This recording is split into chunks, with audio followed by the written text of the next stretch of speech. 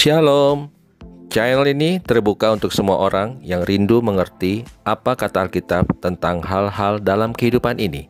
Selamat menonton. Tuhan Yesus memberkati. Shalom, saudara-saudara terkasih di dalam Tuhan Yesus Kristus.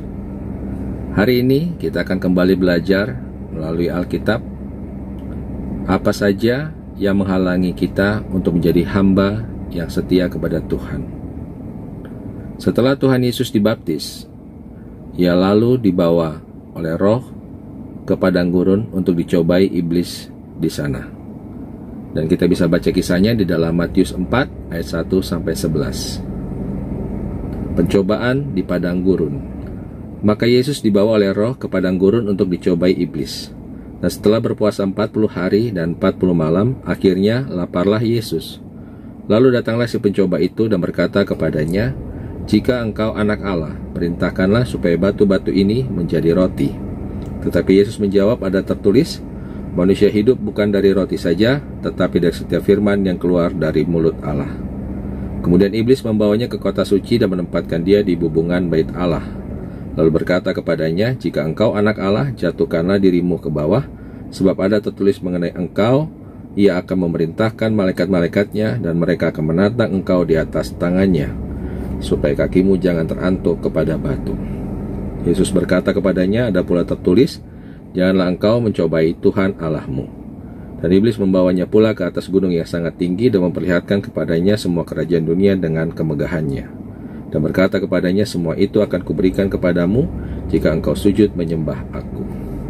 Maka berkatalah Yesus kepadanya, "Enyahlah iblis, sebab ada tertulis, engkau harus menyembah Tuhan Allahmu, dan hanya kepada Dia sajalah engkau berbakti." Lalu iblis meninggalkan dia, dan lihatlah, malaikat-malaikat datang melayani Yesus.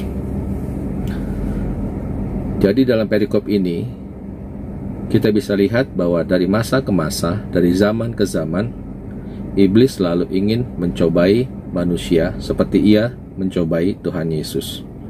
Ada 3 hal yang kita bisa pelajari melalui perikop ini, bahwa iblis mencobai kita. Dari 1 adalah keinginan daging kita. Di ayat ketiga dan keempat, dengan jelas iblis bilang kepada Tuhan Yesus bahwa ia bisa dan sanggup merubah batu menjadi roti. Tetapi Tuhan Yesus juga dengan jelas berkata bahwa manusia hidup bukan dari roti saja, tetapi dari setiap firman yang keluar dari mulut Allah.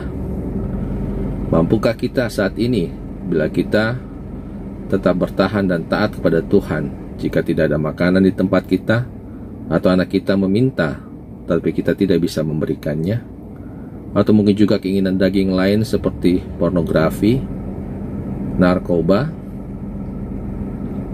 percabulan, perzinahan, dan segala sesuatu yang bersifat kedagingan. Dan memang Tuhan Yesus berkata bahwasanya manusia hanya hidup dari firman yang keluar dari mulut Allah. Artinya, kita harus menyediakan waktu khusus untuk merenungkan firman itu, sehingga firman itu akan menguasai baik pikiran, hati, dan seluruh panca indera kita. Hal yang kedua adalah tentang keinginan mata.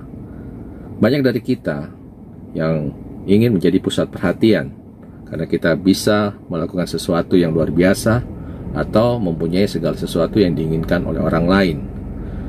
Jadi seolah-olah kita tidak berarti dan tidak berharga tanpa kita memiliki hal-hal seperti itu.